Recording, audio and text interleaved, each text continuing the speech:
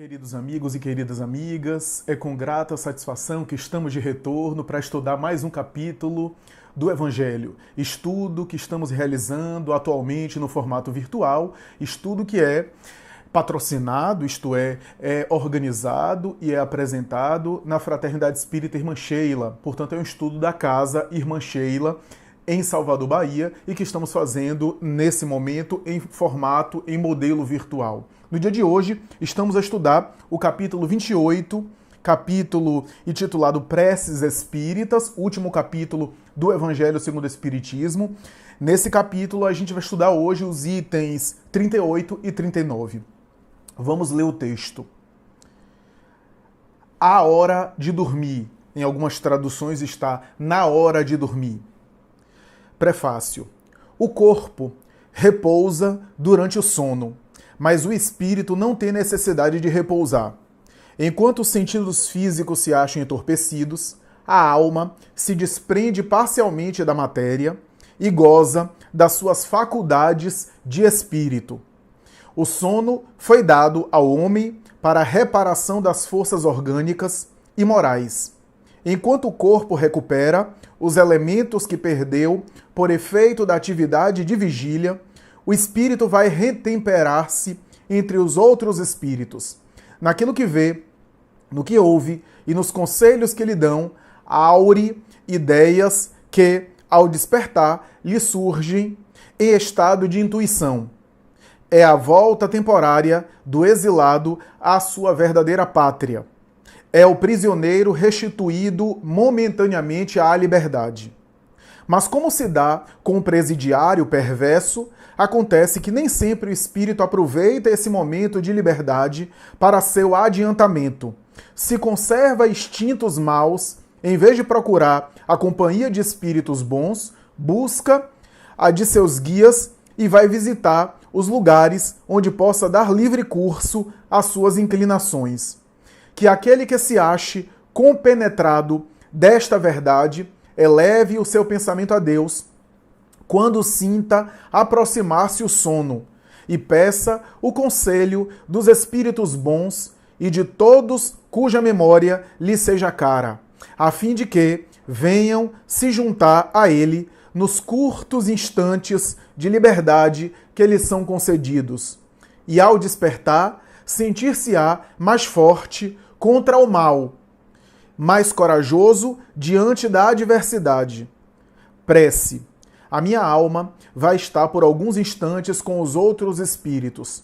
Que os bons espíritos venham ajudar-me com seus conselhos. Meu anjo da guarda, faze que, ao despertar, eu conserve uma impressão durável e salutar desse convívio. Bem, o que poderíamos dizer em relação ao texto fabuloso de Allan Kardec? O sono é um fenômeno muito complexo, que envolve muitas nuances, muitas variáveis. Envolve variáveis orgânicas, elementos orgânicos que se operam no sono, envolve mecanismos ali de desinflamação do corpo. O sono é um processo também anti-inflamatório, né, que vai aliviar e proporcionar recuperação da dimensão material, dos aspectos físicos e fisiológicos da criatura. Enquanto o corpo repousa, há uma renovação celular, uma renovação neurológica, inclusive. Há toda uma ciência complexa para entender os mecanismos e os meandros do sono. E nem todas as coisas a gente ainda entende, ou a gente já entende totalmente, mesmo dentro do âmbito da ciência. Mas há uma neurologia do sono, né? Uma neurociência do sono, para a gente entender, e estou falando aqui em termos materiais apenas, ainda materiais, do ponto de vista biológico, do ponto de vista orgânico. O sono é um fenômeno muito complexo, inclusive apresentando alguns enigmas que ainda são desafios para a ciência, como é o caso, por exemplo, do sonambulismo, que é considerado um transtorno do sono, mas que ainda não foi totalmente compreendido e nem totalmente explorado pela ciência. Ainda dentro desse raciocínio, nós temos fenômenos como paralisia do sono, que ainda é um desafio, que ainda é intrigante para estudiosos da área. E também, dentro desse tema, não podemos desconsiderar os sonhos. Os sonhos também são um material e uma matemática muito intrigante, muito desafiante. Não foi à toa que os sonhos, de um lado, foi considerado pelas ciências, digamos assim, mais biológicas, mais da área aí das ciências naturais, as ciências da fisiologia, da medicina, as ciências da neurologia de maneira geral, das neurociências, de maneira geral, considera o sonho como sendo um fenômeno alucinatório do cérebro que ocorre durante o sono. É assim que alguns estudiosos, inclusive, conceituaram o sonho no passado. Mas é impressionante notar como alguns sonhos parecem ter a ver com a vida de vigília, com a vida de relação, com a experiência do sujeito na vida material, na vida aí objetiva. Não foi à toa que os pais da psicanálise, a partir de Freud e os seus discípulos, todos eles dedicaram boa parte das suas vidas estudando sonhos e tentando entender os mecanismos do sonho. Freud, quando lançou a psicanálise no ano de 1900, ele lança a psicanálise a partir da publicação do seu livro A Interpretação dos Sonhos, ou Da Interpretação dos Sonhos, onde ele, inclusive, chama a atenção do cenário mundial e intriga os intelectuais e aqueles que seriam mais tarde os seus discípulos, né? Estabelecendo, a partir de então, dentro da teoria psicanalítica, que os sonhos são, dentro do conceito da psicanálise, manifestações de desejos reprimidos. A teoria psicanalítica centraliza, focaliza a libido e o desejo sexual como sendo a força motriz de todo o psiquismo. Para a conceituação da psicanálise tradicional, é a libido, que é a energia, é a força, é a pulsão, como se diz em psicanálise, básica que movimenta todo o psiquismo. Portanto, a energia psíquica é a libido para a visão psicanalítica e, portanto, do ponto de vista da psicanálise, o sonho é uma espécie de desabafo, vou colocar de maneira bem simples, desabafo, catarse, é um desabafo de desejos que foram reprimidos na vida objetiva, na vida material, e o sujeito então reprimiu aquilo e sonhou com aquele desejo reprimido, aquilo que ele gostaria de fazer, mas não pode ou não deve, e sonha com aquilo. E nesse sentido está associado à libido, porque para fora todo desejo tem a ver com a libido em última instância, né? Se é um desejo para comer, se é um desejo para fazer uma leitura, se é desejo para ouvir uma música, tudo tem a ver com aquilo que ele chamava de princípio do prazer, que remete em última instância à função sexual da criatura, portanto a libido. Libido aqui na psicanálise não é apenas o desejo erótico da prática sexual, mas é o que move o psiquismo de uma maneira mais abrangente. Sexualidade na visão freudiana tem uma conotação mais abrangente. Mas, ainda assim, é interessante pensar que são desejos que são reprimidos pela criatura e no momento que a censura psíquica, ou seja, o controle que o sujeito tem em relação a isso, a esses desejos, relaxa um pouco, porque no sono o ego está relaxado, portanto não está consciente, libera parte desse conteúdo reprimido que estava no inconsciente. E que, de alguma forma, embora tenha críticas e que nem todo mundo concorda, ou pelo menos não concorda totalmente, não concorda em dizer que todos os sonhos são assim, mas de alguma forma Freud tem razão, pelo menos em parte, porque há sonhos, certamente há sonhos, sem dúvida nenhuma, que são manifestações de desejos reprimidos. Há sonhos que são claramente coisas que a pessoa não pôde fazer durante a vigília, durante a vida concreta, e aí ele sonha com aquilo, fazendo aquilo que ele não fez. Pelo menos do ponto de vista literal. Mas a psicanálise se defende dizendo que mesmo aqueles sonhos que não parecem ser desejos reprimidos são, na verdade, deformação do conteúdo original, isso é, do desejo original, que aparece de maneira distorcida, de maneira deformada. Não vamos entrar aqui por muita complicação, por muita complexidade, porque senão a gente se afasta demais do tema e ficamos aqui numa análise apenas psicanalítica e psicológica dos sonhos. Carl Gustav Jung, ainda dentro da teoria, vai dizer que os sonhos não são apenas desejos reprimidos, há desejos reprimidos, mas há também nos sonhos o inconsciente do sujeito sinalizando para alguma coisa. Ou seja, não é apenas uma coisa que eu reprimi e que de vez em quando aparece nos sonhos me gerando espanto ou desabafando, mas também tem coisas que eu não necessariamente reprimi, mas estão lá em forma de potencial e que o inconsciente durante o sonho sinaliza para mim. Ou seja, não tem uma função apenas de liberação de tensões reprimidas, conceito da psicanálise freudiana, mas na concepção de Jung tem isso, mas além disso tem mais, que é determinados conteúdos que eu ainda não consegui descobrir em mim e que o inconsciente sinaliza para eu olhar para eles. Ou seja, uma função do inconsciente mais agregadora, no sentido de nos ajudar a nos conhecermos mais, né? Os sonhos, no entanto, têm aspectos fisiológicos importantes. As pesquisas, por exemplo, de Nathaniel Kleitman, entre outros, demonstrou que, por exemplo, pingando água na cabeça dos sujeitos que estavam dormindo, eles acordavam e boa parte deles relatavam sonhar com água. Ou então uma sirene que tocava e boa parte dos sujeitos relatavam sonhar com algum barulho de sirene durante os sonhos. Então tem um efeito também material e fisiológico, como também os efeitos da alimentação. O sujeito se alimenta e aí vivencia aquele fenômeno que é chamado por alguns de fenômeno feijoada, a liberação do gás carbônico do cérebro, etc. E o sujeito sonha, às vezes tem um pesadelo, que é efeito, às vezes, orgânico da alimentação. Não que não hajam pesadelos que tenha outra natureza, outra conotação, até a conotação espiritual, mas a gente ainda não chegou lá.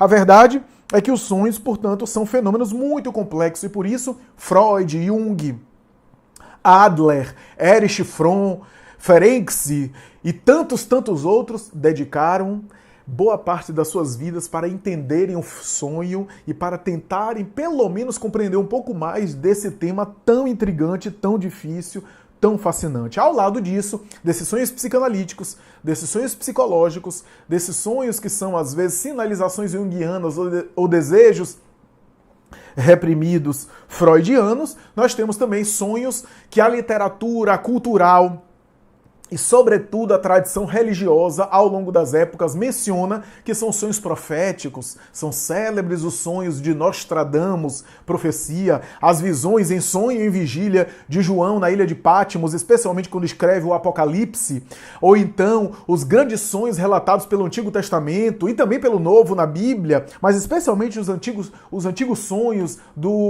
da Bíblia hebraica, o sonho, por exemplo, de José, o sonho de Putifar no Egito, o sonho que interpreta pragas, interpreta determinadas profecias, os sonhos de alguns profetas que antecipam ocorrências, os sonhos que estão na literatura histórica de algumas personagens, como é o sonho de Calpurnia, a esposa de Júlio César, relatado por um historiador, o historiador Pausanias, que narra que Calpurnia previu e que disse ao marido que havia sonhado com ele sendo assassinado no Senado, e ele não ligou, ignorou aquilo e foi para o Senado e foi assassinado com várias punhaladas no Senado romano ali, entre eles o próprio Brutus que o traiu. Então, nós temos, portanto, esses sonhos premonitórios que se repetem a miúde e seria exaustivo e tornaria o nosso contato longo demais aqui se eu fosse citar vários sonhos premonitórios e proféticos que apareceram ao longo da história, mas vale a pena citar alguns célebres. Abraham Lincoln, por exemplo, na sua biografia, há um relato de ele estar dormindo, ele sonhar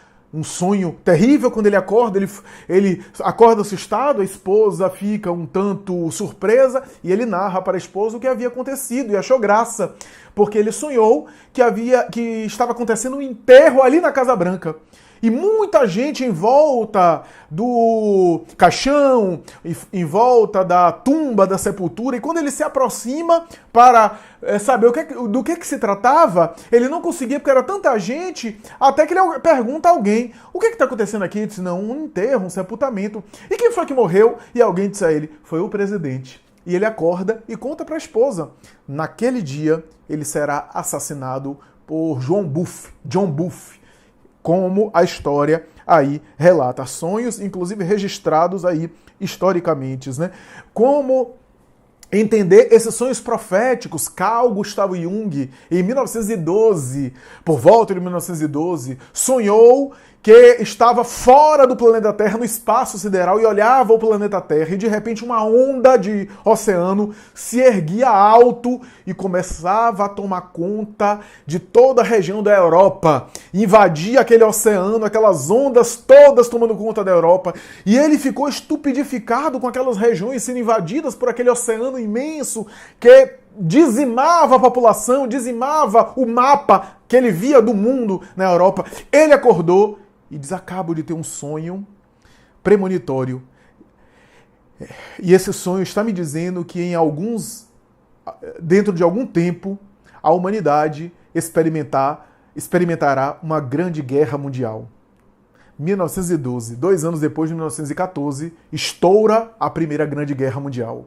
Então, Jung, inclusive, tinha alguns sonhos premonitórios muito interessantes em relação a essa experiência, mas não apenas sonhos premonitórios. O psiquiatra suíço, que ora negava fenômeno espiritual, ora ficava em dúvida, e toda a vida dele foi uma dúvida, um conflito, e por isso ele tentou solucionar com a teoria dos arquétipos, que ele coloca muito bem. Então, por exemplo, um homem que sonha com uma mulher, ou um modelo de mulher, Maria de Nazaré, Iemanjá, etc. No fundo, são arquétipos de modelo de mulher, que é o seu lado feminino que aparece nos sonhos, né? É o seu lado feminino, portanto. Mas, para nós espíritas, pode ser que o sujeito esteja encontrando-se com um ser luminoso e o cérebro decodificou como Maria Santíssima, como alguém assim, grandioso. Mas ele interpretava como a teoria dos arquétipos. Jung vai ter fenômenos extraordinários, né? Conta os biógrafos dele que um dia um amigo dele morreu, ele foi para o enterro, e nesse dia ele sonhou com um amigo morto, que levava ele pelo braço até a sua casa, levou até a biblioteca, e quando ele acordou, depois do sono, que ele mostrava uns livros na biblioteca, ele fez a mesma viagem. Ele despertou, esperou amanhecer, foi até a casa do amigo, a viúva o atendeu, ele pediu para ir à biblioteca, foi até a biblioteca, era uma biblioteca particular que o amigo tinha, e lá, da segunda prateleira, de baixo para cima, haviam 5 livros encadernados em tom vermelho que ele viu no sono e agora confirmava. E um deles, do escritor Émile Zola, que ele viu. Quando ele retirou, estava o título A Herança dos Mortos. Jung vai dizer como é que o meu inconsciente saiu do corpo e foi lá e viu coisas que depois eu confirmei. Será que o inconsciente tem uma parte que não é tão inconsciente assim, que sai do corpo e tem consciência e registra coisas e depois volta ao corpo? Será que tem uma parte em mim que consegue sair do corpo e não é corpóreo? Ele ficava nessas dúvidas sem conseguir na vida inteira dele encontrar uma solução total. A solução que ele deu foi o inconsciente coletivo e a teoria dos arquétipos. Em alguns momentos, ele sonhava com lugares na Europa que ele nunca tinha ido, e quando ele viajava de trem e ele descia nos lugares, ele dizia: eu estive aqui em sonho, eu vi isso, vi aquilo outro, e ele conseguia conhecer porque já tinha sonhado com aqueles lugares, né? Dante Alighieri, que escreveu o livro A Divina Comédia, levado em sonho durante o corpo adormecido, fora do corpo, por Virgílio aos infernos. Voltava ao corpo e escrevia a Divina Comédia. Divina Comédia, que é considerada a obra mais notável da humanidade nesse gênero, e narra o historiador e escritor Boccaccio, personalidade célebre da cultura medieval e insuspeita, que quando Dante morreu, o seu filho mais velho, Flávio Jacopo, ele sonhou com o pai, que apareceu durante o sonho, pediu para o acompanhar e o levou até a casa onde Dante morrera, e ali, atrás de uma cortina, apontou para a cortina e diz: aqui está, apontando para a cortina, atrás dela está o resto do meu livro, A Divina Comédia. Porque os últimos capítulos, os 13 cantos do céu, que é o encontro dele com Beatriz, estavam perdidos e a Divina Comédia estava numa obra incompleta. Jacopo, ao despertar, foi até a casa do seu advogado testamenteiro e com ele foi até o local que ele foi durante o sono. E chegando lá, atrás da cortina havia um cofre, ele retirou, ele abriu o cofre, estava lá o resto da Divina Comédia, em seu gênero, a maior obra da humanidade. Há outros fenômenos interessantes também dessa natureza, que são fenômenos impressionantes, como é o caso da bicorporeidade, em que indivíduos estão em um lugar e parecem sair do corpo, entrando numa espécie de torpor de consciência corporal para aparecer em outro lugar e aí já materializados, fenômeno que a doutrina espírita explica muito bem, quando o espírito com seu corpo plástico, com seu corpo astral, com seu psicossoma, com seu duplo fluídico, com o corpo bioplásmico, com o corpo vital, corpo sutil vital, corpo espiritual. Essas são as várias denominações, vários nomes que o perispírito, estudado por Allan Kardec, recebeu ao longo dos tempos. Corpo astral, psicossoma, corpo bioplásmico, corpo vital e assim por diante. O perispírito, portanto, sai do corpo e pode assumir expressões materiais, expressões mais densas, pode alterar as suas propriedades a ponto de se tornar tangível e palpável, materialmente falando, por um fenômeno muito raro, que é o fenômeno da bicorporeidade.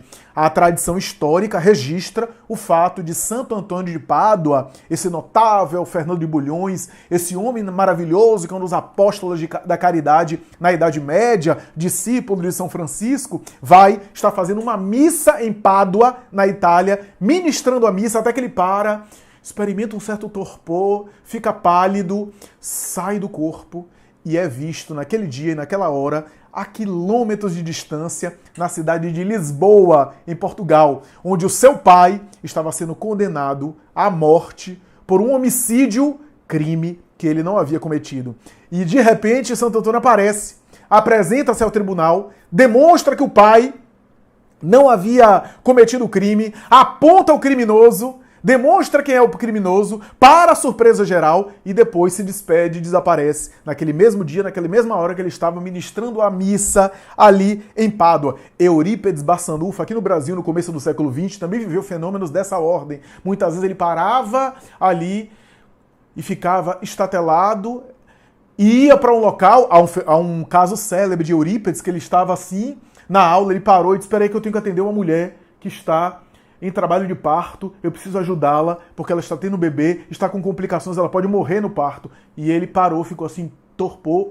Os alunos da escola Allan Kardec, onde ele ministrava a escola por ele, erguida, já conheciam essas coisas de Eurípedes, e de repente ele voltava e disse: muito bem, o marido dela está chegando aí. De repente chega um homem a cavalo, dizendo que estava andando a não sei quantos quilômetros de distância, e pedindo ajuda a ele, para que ele pudesse ajudar a sua esposa, que estava com um problema aí de complicação na gestação, no parto. Ele disse: eu já fui lá, já estive lá e já ajudei. Chico Xavier também viveu fenômenos dessa natureza. Eurípedes Barçanufo viveu isso várias vezes, vários fenômenos, mas Chico Xavier também viveu um fenômeno dessa ordem.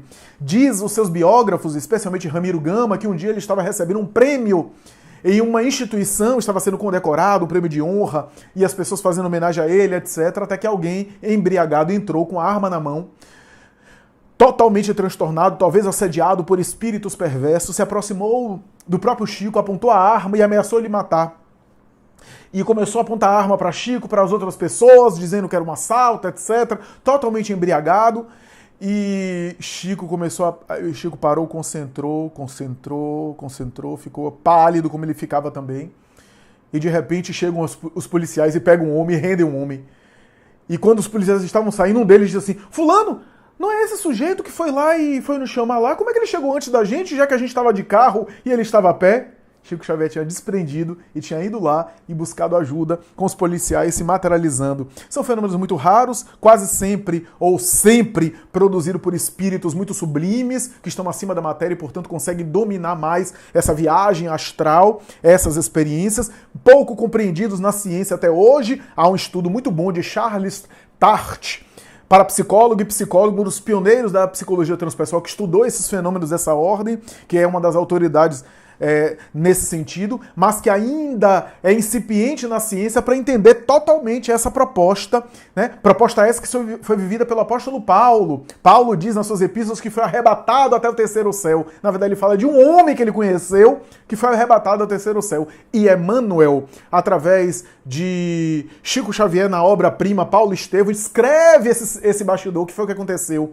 Ele adormeceu, saiu do corpo e visitou uma região sublime da espiritualidade, onde foi recebido por Estevão, o seu antigo inimigo e agora guia espiritual, e Abigail, a sua noiva amada, que havia morrido fazia pouco tempo. Os dois abraçam-no, ele chora, aconselham-no, e ele volta ao corpo com aquela presença de contato que nunca mais vai esquecer, e escreveu mais tarde, 14 anos depois, na Epístola aos Coríntios: conheci um homem que há 14 anos, não sei se no corpo, não sei se fora do corpo, foi arrebatado ao terceiro céus, e lá se disse coisas que não se pode falar. Ele estava falando dele mesmo. A proposta espírita fala sobre esses fenômenos, que é um fenômeno da emancipação da alma. E aqui, agora a gente está indo para o estudo realmente do Evangelho, porque o estudo nosso é do Evangelho. Eu estou fazendo essa introdução, mas o estudo nosso não é de teoria de fenômenos, não é teoria de sonhos, e não é um estudo doutrinário filosófico. É um estudo doutrinário, sim, tem que tocar nos pontos doutrinários, mas como é o estudo do Evangelho, o estudo do Evangelho se volta mais para a parte moral, para a parte existencial, para a parte interior. Mas eu precisei fazer essa introdução para dizer que a doutrina espírita explica que esse fenômeno é um fenômeno geral, o fenômeno da emancipação da alma. A capacidade de sair do corpo. Os exemplos que eu citei é porque são capacidades maiores e mais intensas, mais agudas de sair do corpo. Mas todos nós, explica a doutrina espírita, quando adormecemos, saímos do corpo, ou temos pelo menos essa capacidade.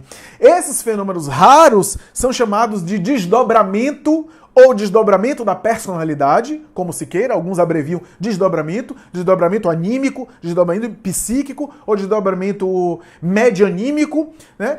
Na verdade é uma capacidade não mediúnica, mas anímica. Sair do corpo é anímico, não é mediúnico, né? Porque é da próprio sujeito. O que é mediúnico é quando eu estou no meio. Médium é o quê? É aquele que está no meio. Psicografia é médium. Médium de psicografia. Por quê? Porque recebe a mensagem.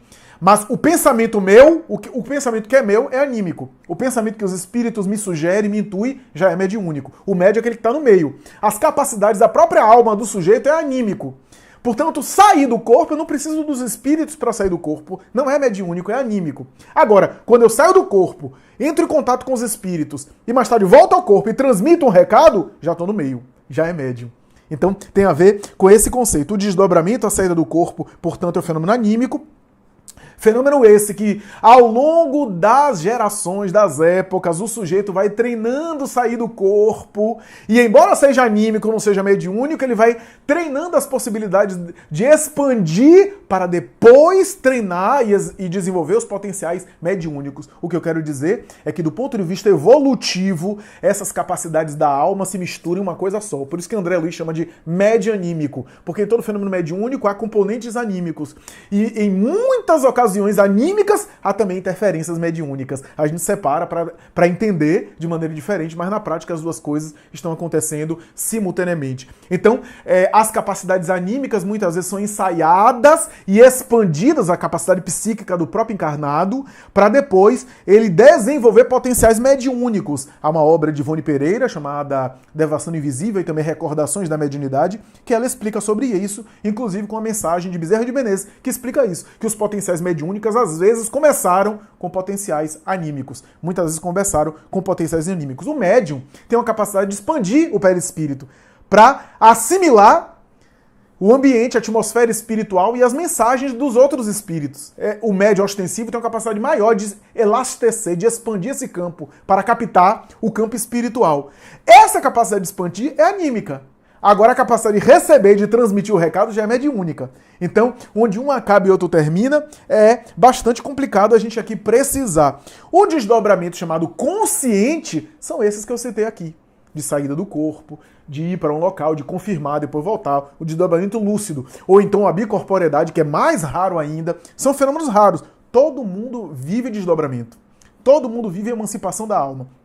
Todo mundo vive a liberação parcial do corpo, porque o sono, diz o espírito Joana de Ângeles, ninguém vai ficar sem dormir agora não, tá? Mas o sono é um treinamento para a morte. Todo dia o sujeito treina para a morte dormindo, porque durante o sono a alma se libera parcialmente. Na morte a alma vai se liberar totalmente.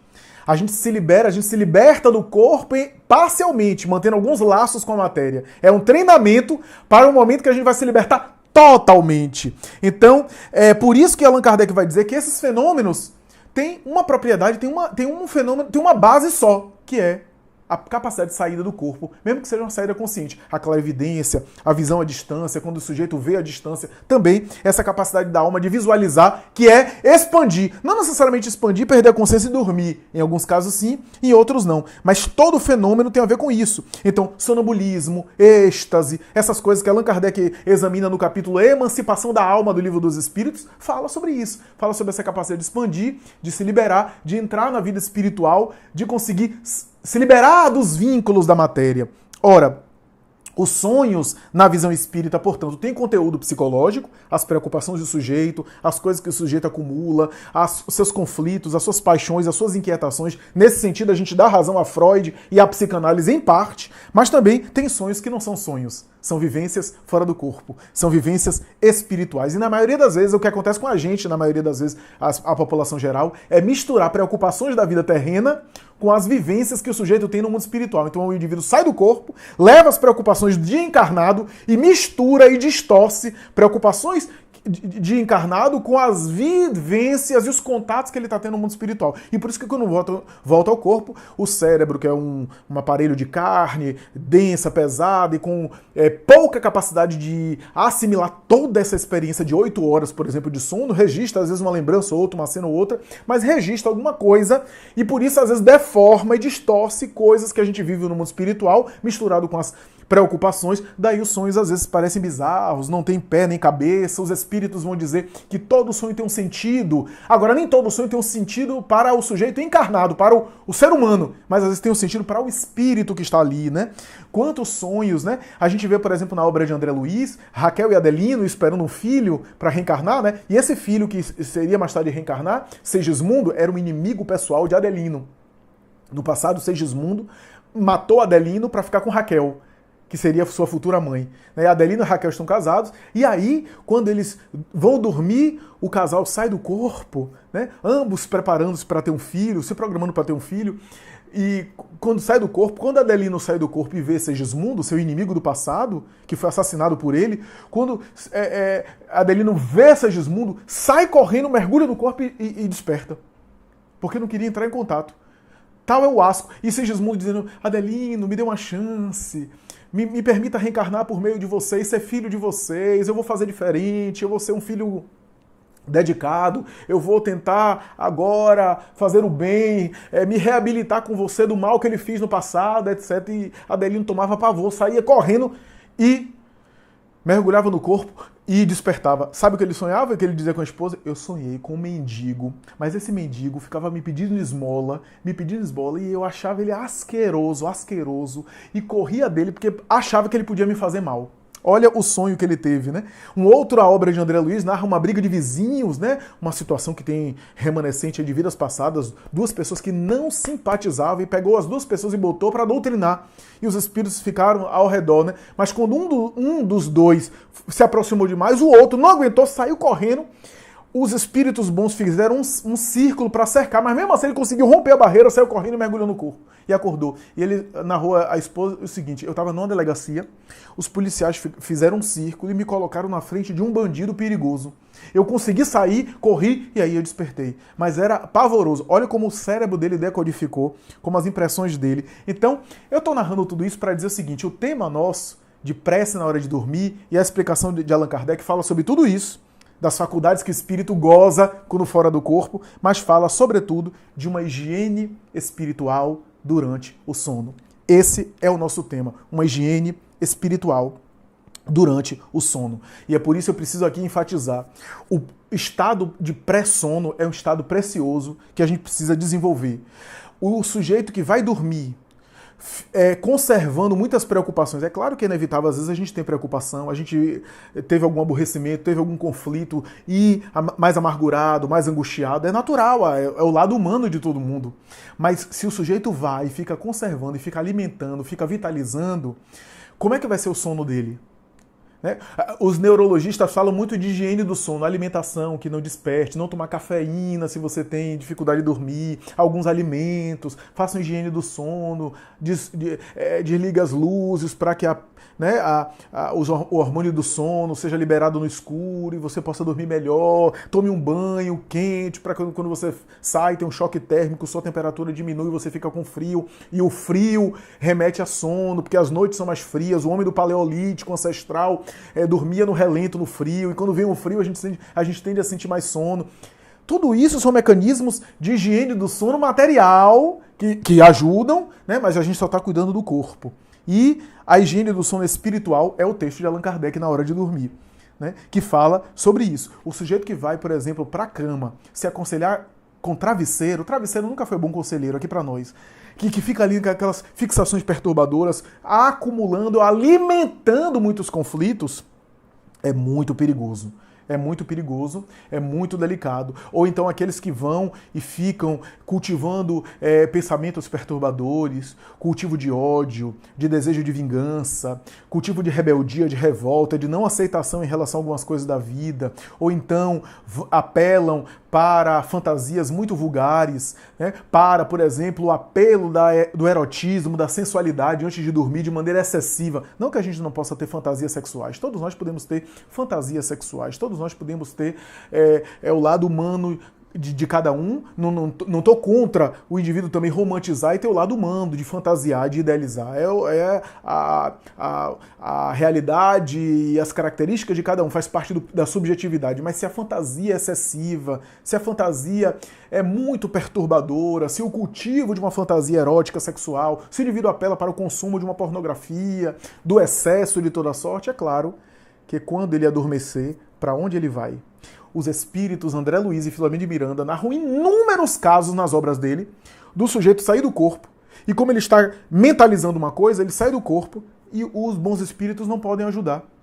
Certa vez André Luiz queria até se meter e o mentor disse assim, mas ele não quer a nossa ajuda. Se a gente quer ver, vamos tentar, vamos ajudar. Ele não quis. O sujeito não quis. Não quero ajuda de vocês, não quero pôr. E foi para aquilo que ele queria. Por quê? Porque como ele dormiu cultivando aquilo, ele saiu e quis cultivar aquilo. Deu prosseguimento porque a vida do espírito é a vida do psiquismo, aquilo que a gente alimenta mentalmente. E ele foi arrastado e se juntou aos espíritos perturbadores que queriam aquilo. Então, se eu cultivo, por exemplo, no caso do erotismo, para onde eu vou? Para casa de prostituição, para núcleos de perturbação, para núcleos de cultivo ao vício, porque eu quis isso. E aí o mentor diz assim para André Luiz, a gente tem que respeitar o livre-arbítrio dele, ele não nos chamou. Ele quis aquelas companhias e quis ir para lá. A gente não pode violentar a liberdade dele, porque nesse estado, se a gente pegar ele e colocar em outro lugar equilibrado, etc., ele nem vai se adaptar. Porque ele não quer, ele necessita ainda, ele quer, é a preferência dele. Olha só.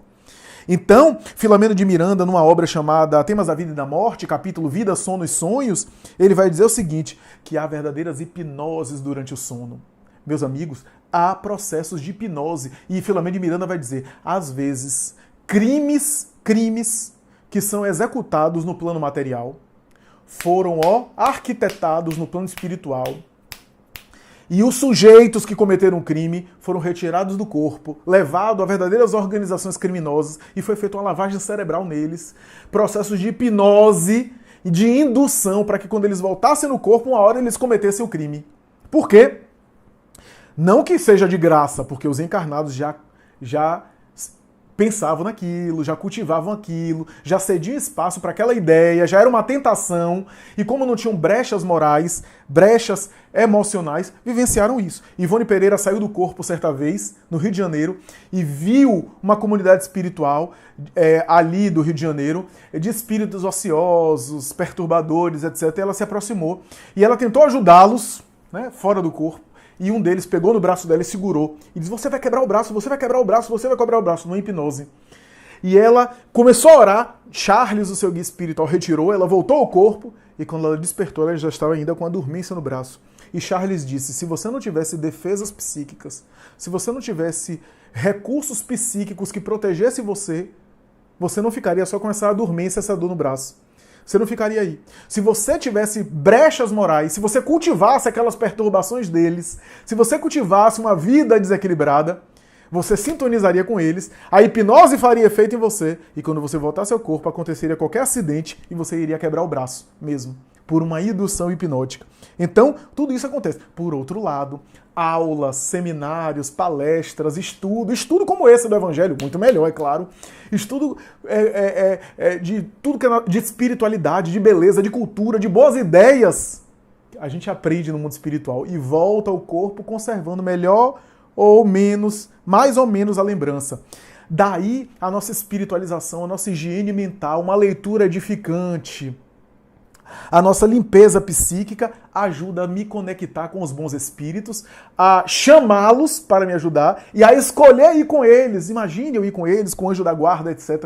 E essa limpeza psíquica ajuda a eu estar viajando com eles, bem acompanhado, dando prosseguimento, desenvolvendo os meus potenciais. Mas para isso eu tenho que me aproximar psiquicamente deles, fazendo silêncio interior, fazendo recolhimento, tendo concentração, exercitando a concentração, etc. E a prece é o recurso que está melhor à nossa disposição. A prece é o recurso que está em minhas mãos, que eu posso usar a qualquer momento, que eu posso utilizar a prece para acessar o meu interfone. Enquanto eu não espiritualizo, enquanto eu estou no processo ainda, porque eu também não vou me espiritualizar de um dia para a noite, enquanto eu não consigo a espiritualização logo, a iluminação, que seria ideal, eu já estou em contato com o alto, e aí, ao adormecer, eu sair do corpo e ir para o alto. Enquanto eu não consigo isso, a prece é aquele recurso que eu tenho que faz a limpeza psíquica e me ajuda a contactar cada vez mais, a ter esse acesso com eles, a ter esse contato com eles, para ir me habituando a guardar alguma lembrança, a assimilar melhor as instruções que eu recebo do mundo espiritual e a voltar ao corpo guardando alguma lucidez da vivência que eu vivi, da experiência que eu tive. E afinal de contas, como conclui Joana de Ângeles, em uma das suas obras de mensagem, ela vai dizer, afinal de contas, você não sabe se essa viagem que você faz pelo sono, você vai voltar. Às vezes, pode acontecer de você viajar durante o sono, o laço se romper e você desencarnar. Se você orar antes do sono, se você se preparar espiritualmente ao fazer essa viagem e o laço se romper, porque ninguém tem garantia que durante o sono vai voltar ao corpo. Ninguém tem garantia que não haja uma ruptura. Não estou querendo amedrontar ninguém, claro. E é claro que se chegou nesse momento é porque chegou a hora. Ninguém vai ficar com medo de dormir por conta disso. Nada disso. Mas como ninguém tem garantia que vai voltar, e um dia isso pode acontecer, há algumas pessoas que morrem dormindo. Se acontecer, eu tiver orado e tiver em sintonia com os benfeitores, eu desencarno mais suave, eu desencarno bem, eu desencarno mais amparado do que eu, por exemplo, viajar com um pensamento perturbador e de repente romper o laço. Como eu vou ficar? Vai ser mais difícil o meu processo de libertação da matéria e de despertar para a vida espiritual. É isso que o nosso tema quer dizer no dia de hoje. Espero que tenham gostado e até a próxima, se Deus quiser.